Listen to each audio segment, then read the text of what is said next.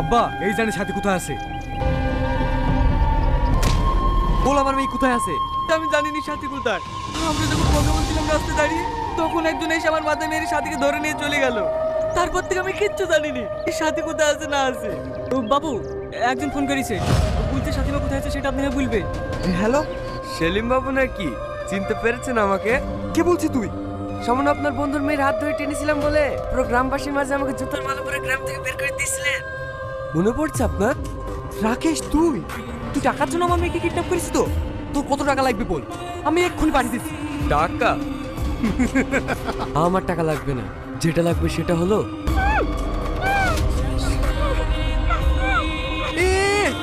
আমার মেয়ে শরীরে হাত দিলে তোর হাত আমি কেটে কেটে কুচি কুচি করে কুকুরদের খাই দেবো। এই যে তুই কষ্ট আছিস, এইটাই আমি চাই। তাড়াতাড়ি গাড়ি বের কর।